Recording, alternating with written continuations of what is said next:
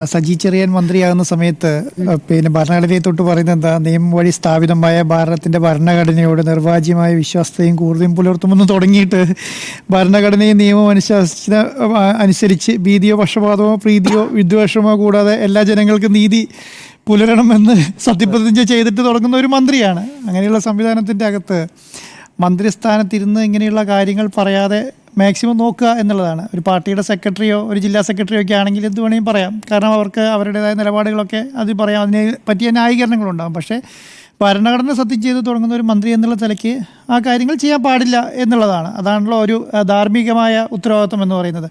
ആ ധാർമ്മികമായ ഉത്തരവാദിത്വത്തിൻ്റെ പുറത്ത് അദ്ദേഹം ഒന്ന് രാജിവെച്ചതാണ്. കാരണം അധികം ചർച്ച ചെയ്യുന്നതിന് മുന്നേ നമ്മൾ അന്ന് മീറ്റ് ദ എഡിറ്റേഴ്സ്, ഞാൻ ഇപ്പോൾ ഓർക്കുന്നത്, അന്ന് മീറ്റ് ദ എഡിറ്റേഴ്സ് ഇരുന്ന് അദ്ദേഹം രാജിവെക്കണം എന്ന് നിലപാടെടുത്ത ഒരാൾക്കാരാണ് നമ്മളെല്ലാവരും തന്നെ. അപ്പം അങ്ങനെ ഒരു നിലപാടിൽ അദ്ദേഹം രാജിവെച്ചതാണ്. അതിൻ്റെ മേലെ ഒരു അന്വേഷണം നടക്കുന്നു, ആ അന്വേഷണത്തിന് മേലെ റിപ്പോർട്ട് സബ്മിറ്റ് ചെയ്യുന്നു. ആ റിപ്പോർട്ടിൻ്റെ അടിസ്ഥാനത്തിൽ കോടതി ആ ഉത്തരവ് പറയുന്ന കേസ് റദ്ദാക്കുന്നു. റദ്ദാക്കിയതിന് ശേഷം അത് ചോദ്യം ചെയ്ത് ഹൈക്കോടതിയിൽ വരുന്ന കേസിന് മേലെയാണല്ലോ പിന്നെ ഇപ്പം എന്താണ് തുടരന്വേഷണം എന്ന് പറയുന്നത്. അപ്പോൾ അതിൻ്റെ അകത്ത് എന്താണ് പറയുന്നത്, ഹൈക്കോടതി എന്താണ് പറയുന്നത്? ഹൈക്കോടതി പറയുന്നത് പിന്നെ അങ്ങനെ ചെയ്യാൻ പാടില്ല എന്നുള്ളൊരു നിലയ്ക്കല്ല, ഭരണഘടനയുടെ മൂല്യങ്ങൾ ഉയർത്തിപ്പിടിക്കാനുള്ള സാമർഥ്യം പൗരൻ്റെ മനസ്സിലുണ്ടാകണം. ഒന്ന്, മന്ത്രി സജി ചെറിയാൻ്റെ കുന്തം കുടച്ചക്രം പരാമർശം ഭരണഘടനയ്ക്ക് യോജിച്ചതല്ല. ഭരണഘടനയെ മാനിക്കുന്നതല്ല സജി ചെറിയാൻ്റെ വിവാദ പരാമർശം. അന്വേഷണ ഉദ്യോഗസ്ഥൻ്റെ വ്യാഖ്യാനമല്ല വിവാദ പരാമർശമാണോ എന്ന് തീരുമാനിക്കാനുള്ള ഘടകം. കേസ് നിലനിൽക്കുന്നില്ല, അന്വേഷണ ഉദ്യോഗസ്ഥൻ നിയമപരമായി നിൽക്കില്ല. അപ്പം അങ്ങനെ തുടങ്ങി 5 കാര്യങ്ങളാണല്ലോ ഈ പറഞ്ഞിരിക്കുന്നത്. അപ്പോൾ അതിൻ്റെ ഭാഗത്ത് ഇനിയൊരു അന്വേഷണം നടത്തി അതിന് റിപ്പോർട്ട് കൊടുത്ത് അതുകൊണ്ട് അതിന് വേണ്ടിയിട്ട് ഇപ്പോൾ രാജിവെക്കുക എന്നുള്ളൊരു നിലപാട് ശരിയാണോ എന്നുള്ളത് എനിക്ക് ഡൗട്ട്. അങ്ങനെ ഒരു നിലപാട് ഇതിന് മുമ്പുള്ള ഒരു സർക്കാർ സ്വീകരിച്ചിട്ടില്ല. അങ്ങനെയാണെങ്കിൽ കേരളത്തിലെ ഒരു മന്ത്രിസഭയിൽ ഒരു മന്ത്രിമാരും ഉണ്ടാവില്ല എന്നാണ് ഞാൻ വിചാരിക്കുക. കാരണം ഓരോ സമയത്ത് എത്രയോ പരാമർശങ്ങൾ നടത്തുന്നുണ്ട്. അപ്പോൾ ഭരണഘടനയ്ക്കെതിരായി അദ്ദേഹം ഒരു പ്രാവശ്യം രാജിവെച്ചു, അതിന് മേലെ ഇനി അങ്ങനെ ഒരു നിലപാട്. പിന്നെ ഭരണഘടനയെ വിയോജിക്കാൻ പാടില്ല എന്നുള്ളൊരു നിലപാടും എനിക്കില്ല. അത് വിമർശിക്കേണ്ട സമയത്ത് വിമർശിച്ചിട്ടുണ്ട്. മുൻ മന്ത്രിമാർ വിമർശിച്ചിട്ട് MP-മാർ MLA-മാരൊക്കെ വിമർശിക്കുന്നുണ്ട്. വിമർശിക്കേണ്ട എന്നുള്ളൊരു നിലപാട് സത്യം പറഞ്ഞാൽ എനിക്കില്ല. അങ്ങനെ ഒരു നിലപാട് എടുക്കുന്ന സ്ഥിതിക്ക്, അങ്ങനെ ഒരു നിലപാടുള്ള സ്ഥിതിക്ക് കേരളത്തിൻ്റെ ഒരു മന്ത്രി എന്നുള്ള നിലയ്ക്ക് അദ്ദേഹം ഒരു പ്രാവശ്യം രാജിവെച്ചതിന് ശേഷം ഇനി ഈ ഒരു പരാമർശത്തിൻ്റെ പേരിൽ അദ്ദേഹം രാജിവെക്കണം എന്നുള്ളതില്ല എന്നുള്ളതാണ് എൻ്റെ ഒരു നിലപാട്. അങ്ങനെ ഒരു നിലപാട് സ്വീകരിച്ചാൽ അത് മുൻപൊരു കീഴ്വഴക്കമായിട്ട് വന്നിട്ടുണ്ടെങ്കിൽ ശരിയാണ്. അങ്ങനെ ഒരു നിലപാട് ആരെങ്കിലും സ്വീകരിച്ച് കാണിച്ചിട്ടുണ്ടെങ്കിൽ അങ്ങനെ ശരിയാണ്. അദ്ദേഹത്തിൻ്റെ ധാർമ്മികത ഒരു പ്രാവശ്യം ഉയർത്തിപ്പിടിച്ചതാണ്, ഇനി അതിൻ്റെ മേലെ ഉയർത്തിപ്പിടിക്കേണ്ട എന്നുള്ളതാണ് എൻ്റെ ഒരു നിലപാട്. പക്ഷേ ഉണ്ണി ബാലകൃഷ്ണൻ നേരത്തെ പറഞ്ഞതുപോലെ അദ്ദേഹം മന്ത്രി എന്നുള്ള നിലയ്ക്ക് അദ്ദേഹം സംസാരിക്കുന്ന വാക്കുകളും പ്രവൃത്തികളും എല്ലാം ഇതുപോലെ പ്രശ്നങ്ങൾ സൃഷ്ടിക്കാനുള്ള സാധ്യത വളരെ കൂടുതലാണ്. നേരത്തെ നമ്മുടെ ഹേമ കമ്മിറ്റി റിപ്പോർട്ടിൽ ഈ പറഞ്ഞ പോലെ ഒരു വാക്കാണ് പ്രശ്നത്തിലേക്ക് പോകുന്നത്. അങ്ങനെയുള്ള വാക്കുകൾ ചെയ്യുമ്പോൾ പരമാവധി ശ്രദ്ധിക്കുക എന്നുള്ളത് മാത്രമേ നമ്മളെ സംബന്ധിച്ചിടത്തോളം അദ്ദേഹത്തോട് പറയാറുള്ളൂ. പക്ഷേ ഈ കാര്യത്തിൻ്റെ അകത്ത് ധാർമ്മികത ഉയർത്തിപ്പിടിച്ച് അദ്ദേഹം രാജിവെച്ച സ്ഥിതിക്ക് ഇനി രാജിവെക്കേണ്ടതില്ല എന്നുള്ളതാണ് എൻ്റെ ഒരു അഭിപ്രായം. ഇതിനകത്ത് ഈ പറഞ്ഞ സ്മൃതി ഉന്നയിച്ചൊരു പ്രശ്നം, അത് ഗൗരവത്തോടെ സജിയും ഉൾക്കൊള്ളണം, ആ സജി ചെറിയാനും ഉൾക്കൊള്ളണം. അതിൻ്റെ കാര്യം എന്താ വെച്ചാൽ 2014 മുതൽ ഇങ്ങോട്ടേക്ക് ഉള്ള മോദി ഭരണകാലത്ത് വലിയ രീതിയിൽ ഇന്ത്യൻ ഭരണഘടന വെല്ലുവിളിക്കപ്പെട്ടിട്ടുണ്ട്, പല സന്ദർഭങ്ങളിൽ വെല്ലുവിളിക്കപ്പെട്ടിട്ടുണ്ട്. അപ്പോൾ ആ വെല്ലുവിളിക്കപ്പെടുന്ന സന്ദർഭത്തിൽ ഏറ്റവും മികച്ച പ്രതിരോധമായി സെക്കുലറായ ഒരു ഭരണഘടന എന്നുള്ള നിലയ്ക്ക് അതിനെ ഉയർത്തിപ്പിടിക്കാൻ എല്ലാ ഇടതുപക്ഷ പാർട്ടികളും പ്രതിപക്ഷ പാർട്ടികളും തയ്യാറായിരുന്നു. അത് എന്ന് പറഞ്ഞാൽ അങ്ങനെ ഒരു രാഷ്ട്രീയ നിലപാടിലേക്ക് കമ്മ്യൂണിസ്റ്റ് പാർട്ടിയും എത്തി.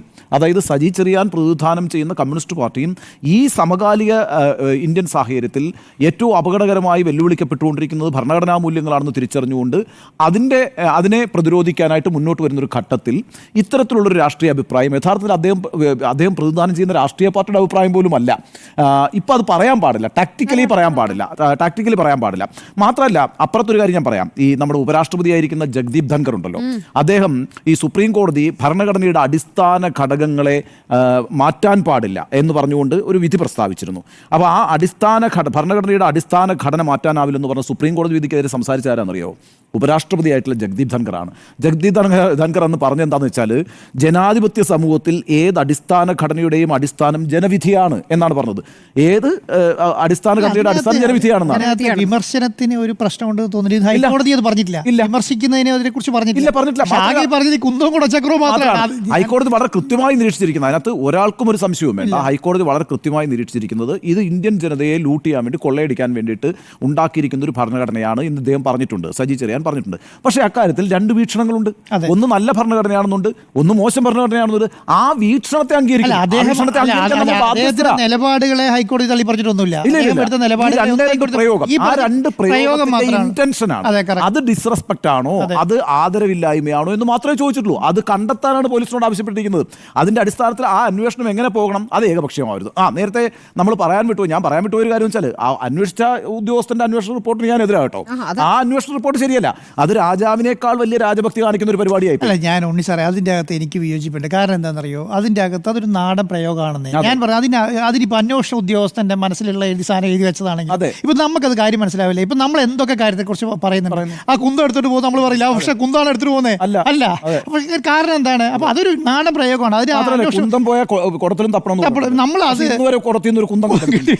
കിട്ടിയിട്ടില്ല. അപ്പൊ നമ്മളത്, പക്ഷെ ഭരണഘടനയുടെ സംവിധാനത്തിൽ അതേ രണ്ടു വാക്ക് പറഞ്ഞതിന് ശേഷം ഈ കുന്തം കൂടെ ചക്രവും വന്നതുകൊണ്ടാണ്. അതിനല്ലാതെ വേറെ എവിടെ ആ പറയുന്ന വേർഡ് യൂസ് ചെയ്താലും പ്രശ്നമല്ല. പി കെ കൃഷ്ണദാസ് 2022 പറഞ്ഞിട്ടുണ്ട്, ഭരണഘടനയെ ഭാരതീയവൽക്കരിക്കുന്ന വികലമായ മതേതര സങ്കല്പമാണ് ഇന്ത്യൻ ഭരണഘടന വിഭാവനം ചെയ്യുന്നത്. വികലമായ സങ്കല്പമാണെന്ന് പറഞ്ഞിട്ടുണ്ട്. അല്ല, സെക്കുലറിസം എന്ന് പറയുന്നത് കൂട്ടിച്ചേർക്കപ്പെട്ടതാണെന്നും അതുകൊണ്ട് ആ വാക്കില്ല ഒറിജിനൽ എന്നൊക്കെ പറഞ്ഞിട്ടുള്ളൊരു വിവാദം ഉണ്ടാക്കിയിരുന്നല്ലോ. നിങ്ങൾ ഇപ്രാവശ്യം ആലോചിച്ച് നോക്കിയേ, കോൺസ്റ്റിറ്റ്യൂഷണൽ ഡേ ഉണ്ടായിരുന്നല്ലോ, നമ്മൾ എല്ലാ വർഷവും ഉണ്ട്. ആ കോൺസ്റ്റിറ്റ്യൂഷണൽ ഡേക്ക് കേന്ദ്ര സർക്കാർ എല്ലാ എംപിമാർക്കും ഒരു ഭരണഘടന കൊടുത്തിരുന്നു. ആ ഭരണഘടന ഒറിജിനൽ ഭരണഘടനയാണ് കൊടുത്തത്. ചില ഭാഗങ്ങളില്ലായിരുന്നു എന്ന് പറഞ്ഞിട്ട്. അപ്പം ഈ ഭരണഘടനയുമായി ബന്ധപ്പെട്ട വിമർശനങ്ങൾ വലിയ രീതിയിൽ ഉണ്ടായിട്ടുണ്ട്. അത് പ്രധാനമായും ഭരണഘടനയുടെ മിസ്യൂസ് നടത്തിയിട്ടുള്ളത് കോൺഗ്രസ് ആണെന്ന കാര്യത്തിൽ എന്തെങ്കിലും സംശയമുണ്ടോ? അതിന്റെ കാര്യം എന്ന് വെച്ചാൽ, ഇപ്രാവശ്യത്തെ ഈ തെരഞ്ഞെടുപ്പിൽ ഭരണഘടനയെ ഇപ്പോൾ ഉയർത്തിപ്പിടിക്കുന്ന കോൺഗ്രസ് ആണല്ലോ ഭരണഘടന ഏറ്റവും നന്നായി മിസ്യൂസ് ചെയ്തത് എന്നുള്ള ആരോപണം കോൺഗ്രസ് നേരിട്ട തെരഞ്ഞെടുപ്പായത്.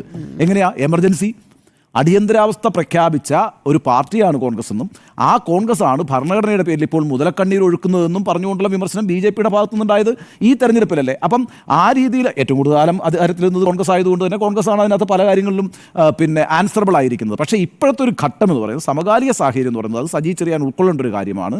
സമകാലിക സാഹചര്യത്തിൽ ഈ പറയുന്ന അടിസ്ഥാന മൂല്യങ്ങൾ, ഭരണഘടനാ മൂല്യങ്ങൾ വെല്ലുവിളിക്കപ്പെടുന്ന ഒരു കാലഘട്ടത്തിൽ ഈ ഭരണഘടന സാധാരണ ജനങ്ങൾക്ക് മതേതരത്വത്തിലും ജനാധിപത്യത്തിലും തുല്യതയിലും സാമൂഹ്യനീതിയിലും പൗരസ്വാതന്ത്ര്യത്തിലും മാധ്യമ സ്വാതന്ത്ര്യത്തിലും ഒക്കെ വിശ്വസിക്കുന്ന ആളുകൾക്ക് അവരുടെ ഏറ്റവും നല്ല ആയുധം എന്ന് പറയുന്നത് ഈ ഭരണഘടനയാണ്. അതിനെ ഇപ്പോൾ ഒരു കാരണവശാലും അപലപിക്കാനോ വിമർശിക്കാനോ പറ്റുന്നൊരു രാഷ്ട്രീയ സാഹചര്യത്തിലല്ല നമ്മളുള്ളത്. ഇതാണ് ഞങ്ങളും പറഞ്ഞല്ലോ മാറ്റാൻ, നിങ്ങളും പറയുന്നു മാറ്റാൻ.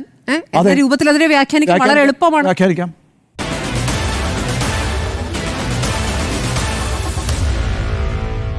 Meet the editors.